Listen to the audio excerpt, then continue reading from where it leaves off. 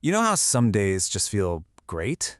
And other days, everything seems to go wrong? Well, what if I told you that a huge part of that has less to do with the world and more to do with the reflection you're seeing of yourself? So let me ask you this. When you go about your day, what do you see in the people around you? Do you see warmth? Do you see hostility?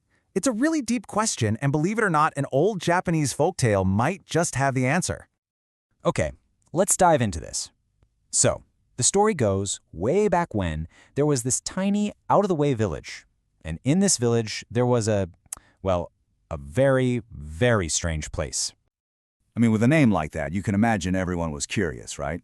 But this wasn't just some building. It was something more, almost like a test that two very different visitors were about to take. So our first visitor is this happy little dog, just a cheerful, friendly guy. He's heard the whispers about this weird house, and he's so excited he just has to go see it for himself. And he doesn't just walk, nope. He bounces up the stairs, full of pure joy.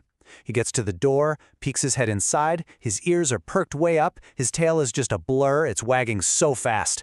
And then he just breaks into this huge, happy, welcoming smile. And you won't believe what he saw. 1,000 other happy little dogs, all smiling right back at him. Tails wagging, ears perked up, it was like the greatest party he'd ever stumbled into. It was amazing. So as he's leaving, he's thinking to himself, wow, this place is incredible. It's so friendly, so joyful. I'm definitely coming back here all the time. For him, the experience was a 10 out of 10. All right, but later that same day, another dog shows up. This one, though, he's not exactly the life of the party. He's kind of miserable, actually. And his visit is about to be the complete opposite. He just kind of drags himself up the stairs, Head down, already expecting something bad to happen. And when he looks in, well, his worst fears come true. He sees 1,000 mean, unfriendly-looking dogs just staring daggers at him. And what does he do? He snarls, lets out a low, hostile growl. And in that exact same moment, his fear just explodes. Because every single one of those 1,000 dogs starts growling right back at him, their faces just as mean and angry as his own. He bolts. He runs away as fast as he can, thinking, that place is awful. It's terrifying. I am never, ever going near there again. So think about that. Same house, same day, two totally different worlds. So what's going on here? I mean, what was the real difference? The house was the same, the mirrors were the same, so why did they have such wildly different experiences? Now, what's really interesting about this is how simple it is when you break it down. The happy dog brought joy. He smiled, and he got 1,000 smiles back.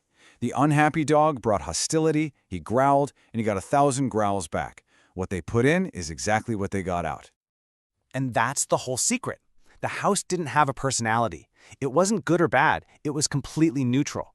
The experience was created by what each dog brought with them. The house just reflected it back. So this is the core idea of the entire story. All the faces in the world are mirrors. Think about that. The reactions we get from people, the way they treat us, so often it's just a reflection of the attitude, the energy that we're putting out there first. It's not magic, it's just how we work. And of course, this isn't really a story about dogs and magic houses. Now, this is a huge metaphor for our own lives, and it ties directly into that little voice we all have inside our heads.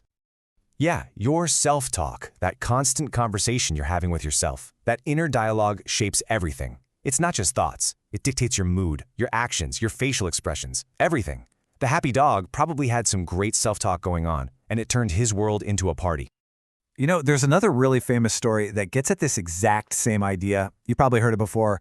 It's the one about the two wolves that are always fighting inside of us. So you've got one wolf that's all about the good stuff.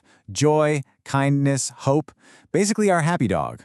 And then you've got the other wolf, and he's all about anger, jealousy, negativity, just like our unhappy dog.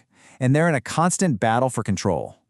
And that leads to the ultimate question, right? In this constant internal tug of war between these two powerful forces, who wins? Which one comes out on top? The answer is so simple, but so powerful. The one you feed. Whatever thoughts you give your energy to, whatever attitude you choose to carry, that's the wolf you're feeding. That's the one that gets stronger. You are the one who decides. So, let's just boil this all down. First, the world is basically a giant mirror. What you put out, you get back. Second, your inner mood, your self-talk, that's what creates your outer reality. And maybe the most important takeaway of all, this means you're in the driver's seat. You get to choose whether you smile or growl.